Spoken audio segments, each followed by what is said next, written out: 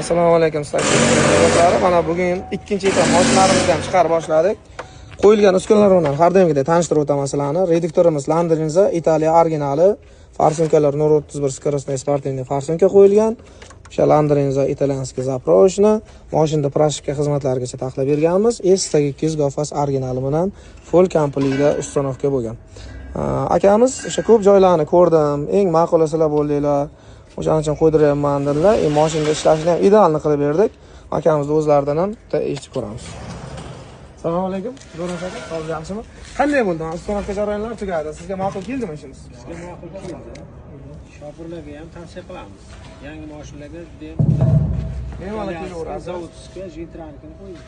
Bunaqa variant juda ko'p joy o'sha solishtirdim. Bunaqa variantda juda ko'p joyda tavsiya qilishmadi. Bir oy davomida o'rganib chiqib, bizga ma'qul kelgan joyi shu bo'ldi. Bir oy davomida hamma joyda o'rganib chiqdim. Endi menga ma'qul kelgan joy mana shu yer bo'ldi. Men shu yerga taqladim. Klientlarimizga nima deysiz? Klientlarimiz Tavsiya qilamiz klientlarga ham. sizlarni kutib qolamiz. Bemalol ana shunday full variantda zo'rini qo'ydirib, taxlatib ketsanglar bo'ladi.